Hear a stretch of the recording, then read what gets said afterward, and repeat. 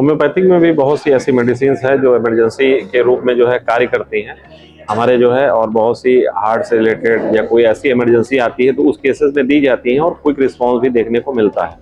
क्योंकि ये इंसेक्ट जो है हम जब जबान पे टंग पे डालते हैं और डालने के बाद उसको जो डायरेक्ट जो है हमारी नर्व को जो है एनर्जी मिलती है और ये हमारे वाइटल फोर्स को इंक्रीज करती है। तो वाइटल फोर्स जैसे इंक्रीज होता है वैसे हमारी बॉडी में फिर से वो चीज़ जो है रिसाइकिल होने लगती है और एनर्जी प्रोड्यूस हो जाती है और वो चीज़ रिकवर हो जाती है। सर योगा का जो रोल जो है कहीं ना कहीं डॉक्टर की इस बात पर अंदाज लगाया कि योगा बहुत अहम चीज है।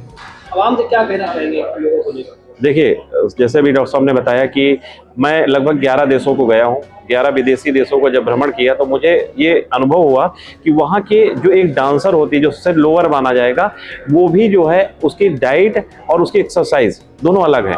मैं अभी हाल ही में जर्मनी गया और वहाँ पे देखा कि लोग ग्रुपों में वहाँ पे रनिंग करते हैं, वहाँ एक्सरसाइज करते हैं। मतलब वो जितना पार्ट वो भोजन और चीज़ों पे भी देते हैं उतना ध्यान अपनी बॉडी पे भी देते हैं। तो हमें या तो सुबह एक्सरसाइज करना चाहिए, जिम करना चाहिए, या योगा करना चाहिए, या रनिंग करना चाहिए, नहीं तो हम डांस ही कर सकते हैं म्यूजिक लगा के। इनमें चारों में कुछ ना कुछ जरूर हमें करना चाहिए अगर अपनी लाइफ स्टाइल को, अपने आप को सही रखना चाहते हैं। तो ये प्रॉपर हमारी लाइफ स्टाइल में, और जो फ्रूट्स बोला, सैलेड बोला, इन चीज़ों को, और हम लोग क्या होता है जब भी देखो रोटी चावल दाल बस इसी पे डिपेंड होते हैं। हमें अपनी डाइट में अगर चेंज करते हैं तो आप बहुत कुछ चेंज कर सकते हैं। मैं अपने बारे में बताना चाहूँगा कि मैं 113 केजी का था, मैंने अपने आप को 76 केजी किया, और वो भी केवल डाइट और एक्सरसाइज से किया, विदाउट एनी मेडिसिन।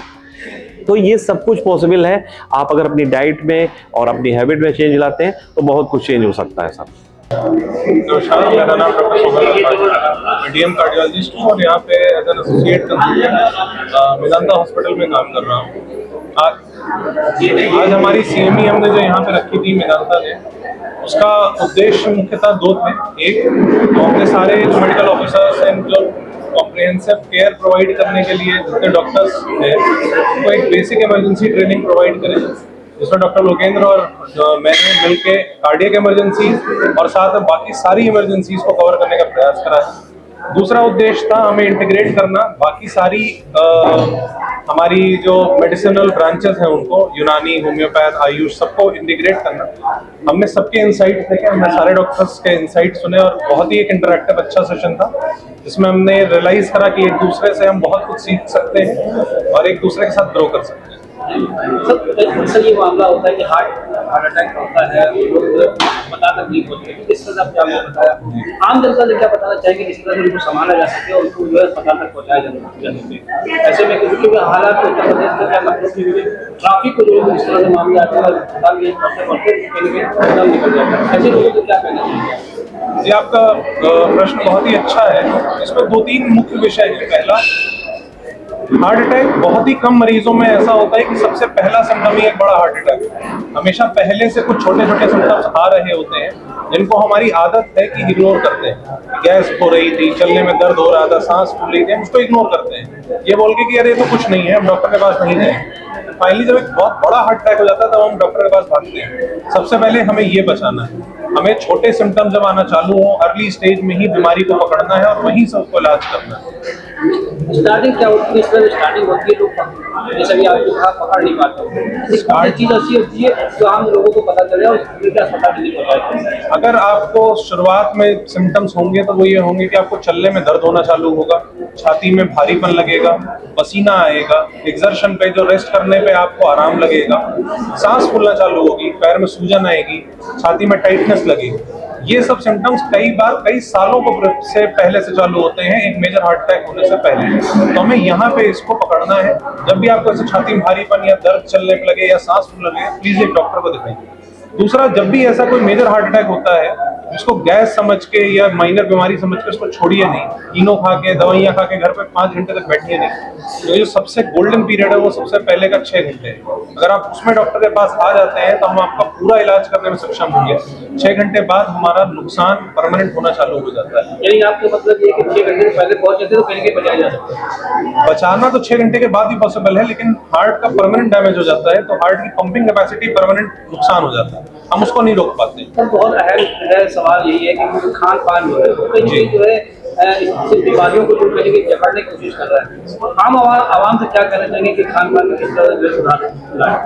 दुर्भाग्य ये है, विडंबना कहिए ये है कि हमने वेस्ट से सब कुछ तो सीख लिया उनके खान पान का, बट उनकी एक्सरसाइज नहीं सीखी। हम खाते उनके जैसा है, हाई कार्बोहाइड्रेट डाइट लेते हैं, हाई फैट डाइट लेते हैं, और उनकी तरह हम 1 घंटे जिमिंग नहीं करते, 1 घंटा साइकिलिंग नहीं करते। तो मेरा यूथ से, मिडिल एज लोगों से सबसे यही अनुरोध है कि अपने खान पान को सुधारिए। 2 मुख्यतः सबसे बड़ी चीजें, पहला फ्रूट्स और वेजिटेबल्स जिसको हमने नकार दिया है सैलेड्स को, उसको वापस अपनी डाइट्स में लाएं। सिंपल एक प्रोसेस कि हम सुबह और शाम में 1-1 बोल फ्रूट्स एंड वेजिटेबल्स खाएं, बहुत बड़ा डिफरेंस बनाता है। दूसरा ऑयल्स, हमने जिस घी को नकार दिया है उसको वापस लाएं अपने डाइट में। सनफ्लावर ऑयल को, सरसों के तेल को, इसको ज्यादा इस्तेमाल करने की कोशिश करें rather than रिफाइंड ऑयल। कच्ची घनी और घी इज द बेस्ट ऑयल, उसको यूज करने की कोशिश ज्यादा करें। और जो हम आज इंडिया एक वर्ल्ड का डायबिटीज, कोलेस्ट्रॉल और ओबेसिटी कैपिटल बन रहा है, हमें उसको रिवर्स करना पड़ेगा। 30% ऑफ द पॉपुलेशन हमारी इसकी चपेट में, हमें इसको रिवर्स करना पड़ेगा, वरना हम आगे एक बहुत बड़ा एपिडेमिक देख रहे हैं हार्ट की और दिमागी बीमारियों की। इसमें हम कहना चाहेंगे आयुष का बहुत इंपॉर्टेंट रोल है इसमें। जैसे योगा है, योगा जैसे सर ने बताया एक्सरसाइज, तो योगा पे हम पॉइंट ऑफ व्यू फोकस करेंगे तो बहुत ही अच्छा इसमें रिवर्स ला सकते हैं। देखिए, इमरजेंसी बहुत बेसिक सब्जेक्ट है, बट लेकिन लाइफ सेविंग सब्जेक्ट है ना।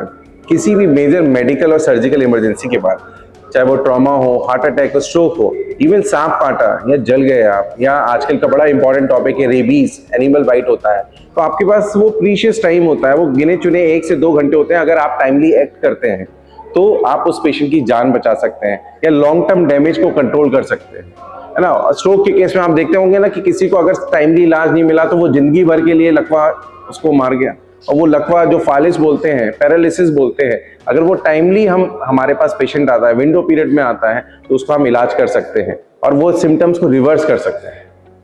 आम लोगों से क्या करें जिस तरह से घटना हो जाती है, जैसे एकदम आपके पास आने में टाइम लगता है, तो उन जनता से क्या कहना चाहिए कि उनको कैसे लेकर आए, उनके लिए क्या करना चाहिए?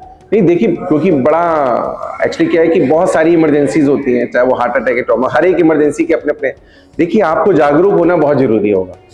प्रॉब्लम क्या रहता है कि लोगों को अवेयरनेस ही नहीं है, वो अपना प्रीशियस टाइम वेस्ट करते हैं। जैसे कि सपोजिटली इमरजेंसी हुआ है ना, किसी के घर पे या ऑफिस में इमरजेंसी हुआ, फिर वो सबसे पहले क्या करेंगे, पहले तो वेट करेंगे कि ना चलिए ठीक है बैठ जाओ, सांस लो, गहरी गहरी, और ये सारी, फिर वो अपने फैमिली या फ्रेंड को, अरे कुछ नहीं है, उसको थोड़ा सा सुला दो, वो ठीक हो जाएगा, है ना। ये हुआ, कमजोरी बहुत हो गई है, किसी भी इमरजेंसी की बता रहा हूँ मैं, तो रिएक्शन होता है, तो या तो फैमिली को कॉल करते हैं, फ्रेंड को, फ्रेंड अपनी खुद से अपनी एडवाइस देता है, he is not the right person to ask for, है ना, क्या आपको करना चाहिए। आइडियली ये होना चाहिए कि आपके पास हमेशा एक ऐसा मोबाइल नंबर सेव होना चाहिए ना, जैसे मेदांता का 1068 है, आप जिस हॉस्पिटल को ट्रस्ट करते हैं, जो कि विदिन 10 मिनट के भीतर आपके पास इमरजेंसी में एम्बुलेंस भेज पाए, या आपको फोन पे ऐसे आदमी से बात करा पाए जो कि आपको सही राह बताए, है ना, मतलब एक डॉक्टर से, पढ़े लिखे डॉक्टर से, जो आपको एटलीस्ट सही, है ना, एडवाइस दे कि हाँ ये इमरजेंसी हो सकता है, आप ऐसे सेंटर में जाएं। या बड़ी कॉमन मिस्टेक होती है, वो ऐसे हॉस्पिटल्स में कई बार जाते हैं जहां पे वो बेसिक इन्वेस्टिगेशंस और बेसिक मैनेजमेंट उनको नहीं आता है, तो टाइम वेस्ट नहीं करना है। वो रेड फ्लैग साइंस आपको पता होना चाहिए, जैसे कि स्ट्रोक में मैंने बताया बी फास्ट निमोनिक होती है, एक साइड का हिस्सा काम नहीं कर रहा है, बोलते बोलते तुतलाने, स्लरिंग होने लगी, या आप बोलना बंद कर दिया, या एक साइड की आर्म आपकी वीक हो गई, या एक साइड का चेहरा झूल गया, है ना। तो ये आपको साइन, मतलब रेड फ्लैग साइंस हैं जो पब्लिक को पता होना बहुत जरूरी है, और हम वही अवेयरनेस क्रिएट करने की कोशिश कर रहे हैं पब्लिक के लिए। ये कुछ नहीं है, जो हम लोग आयुष के डॉक्टर्स हैं, उनके लिए कुछ स्पेशल ट्रेनिंग मॉड्यूल हम डिजाइन कर सकते हैं। नहीं, देखिए बहुत इंपॉर्टेंट है, आज का प्रोग्राम एक बहुत अच्छी पहल है, क्योंकि ये जो गैप है उसको फिल करना बहुत जरूरी है। देखिए आयुष के डॉक्टर्स बैकबोन है ना, वो गांव-गांव तक है ना उनका नेटवर्क है, और वो मरीजों को देख भी रहे हैं, उनका इलाज भी कर रहे हैं, बट लेकिन वो बेसिक ट्रेनिंग अगर उनके पास आ जाए, बेसिक ट्रेनिंग मींस वो इमरजेंसी मैनेजमेंट प्राइमरी सर्वे, क्योंकि देखिए अभी भी आपको पता है कि बहुत ऐसे एरियाज हैं जहाँ पे डॉक्टर्स नहीं पहुंच पाए हैं, जो एलोपैथिक डॉक्टर्स हैं, तो आयुष डॉक्टर्स को एटलीस्ट बेसिक इमरजेंसी मैनेजमेंट अगर सिखाया जाए, उनको बताया जाए, तो उससे काफी हेल्प हो सकती है। क्योंकि पेशेंट जब रिफर होकर हमारे पास आता है तो काफी पेशेंट तो हमारे तक नहीं पहुंच पाते हैं, है ना, या जो पहुंचते हैं तो ऑलरेडी बहुत लेट हो चुका होता है। तो उनको एक बेसिक इमरजेंसी मैनेजमेंट मेरे ख्याल से, ये मेरा पर्सनल व्यू है कि वो करना चाहिए, सिखाना चाहिए। आवाम ने क्या कहना, कि संदेश देना चाहेंगे क्या नहीं? देखिए बहुत ही, मैं इमरजेंसी पे बोलता हूँ और गोल्डन आवर पे बोलता हूँ, और बहुत मतलब सालों से बोल रहा हूँ, वो कीमती पल को पहचानना बहुत ज़रूरी है। ओवर द काउंटर मेडिकेशन नहीं लेना है, खुद से दवाई नहीं लेनी है, कोशिश करें उसका डायग्नोसिस जड़ तक जाने की, डॉक्टर को दिखाएं। सर में दर्द हो रहा है तो आप ओवर द काउंटर फार्मेसी पे, शॉप पे जाके उससे दवाई नहीं खरीदें, आप एक ट्रेन डॉक्टर से जाएं, उसको दिखाएं और फिर उसके बाद उसका डायग्नोसिस बनाने की कोशिश, जड़ तक जाने की कोशिश करें। सेल्फ मेडिकेट नहीं करें, है ना, खुद से दवाई नहीं लें। आज मेदांता हॉस्पिटल लखनऊ में आयोजित Ayush CME continuing medical education कार्यक्रम में डॉक्टर आदर्श त्रिपाठी अपनी पूरी जर्मन होम्योपैथी टीम के साथ शामिल हुए। इस विशेष अवसर पर देश भर से आए अनुभवी डॉक्टरों और विशेषज्ञों के बीच रहने का अवसर मिला। कार्यक्रम के दौरान होम्योपैथी सहित अन्य पद्धतियों के आधुनिक और पारंपरिक दृष्टिकोणों पर गहन चर्चा हुई, जिससे न केवल नई जानकारियां प्राप्त हुई बल्कि चिकित्सा क्षेत्र की नवीनतम प्रगति को भी करीब से समझने का अवसर मिला। यह अनुभव पूरी टीम के लिए बेहद प्रेरणादायक और ज्ञानवर्धक रहा। ऐसे आयोजनों में शामिल होकर न सिर्फ उपचार पद्धति को और बेहतर बनाने की दिशा में कदम बढ़ते हैं, बल्कि रोगियों को उच्च स्तरीय और समग्र स्वास्थ्य सेवाएं देने की प्रतिबद्धता भी और मजबूत होती है।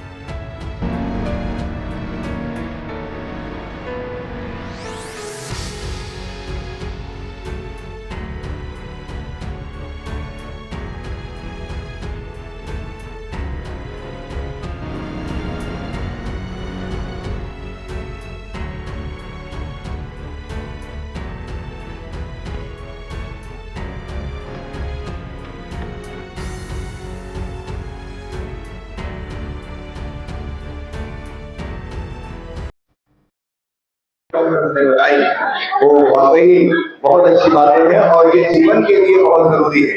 बेहद ही एक शानदार प्रोग्राम डॉक्टर आदर्श त्रिपाठी और हमारे doctor Awadhesh boss. Doctor Awadhesh sir के लिए मैं बहुत बहुत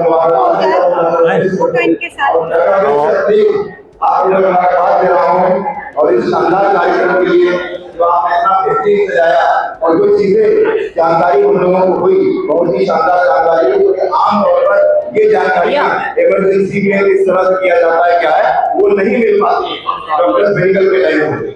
आज हम लोगों को जानकारी हुई, आप लोगों का बहुत बहुत शुक्रिया, बहुत बहुत धन्यवाद डॉक्टर अवधेश जी का, डॉक्टर आदर्श त्रिपाठी जी का और जितने भी डॉक्टर यहाँ आए हैं, चाहे वो होम्योपैथिक के हो, एलोपैथिक के हो, यूनानी के हो, बहुत बहुत शुक्रिया, बहुत बहुत धन्यवाद।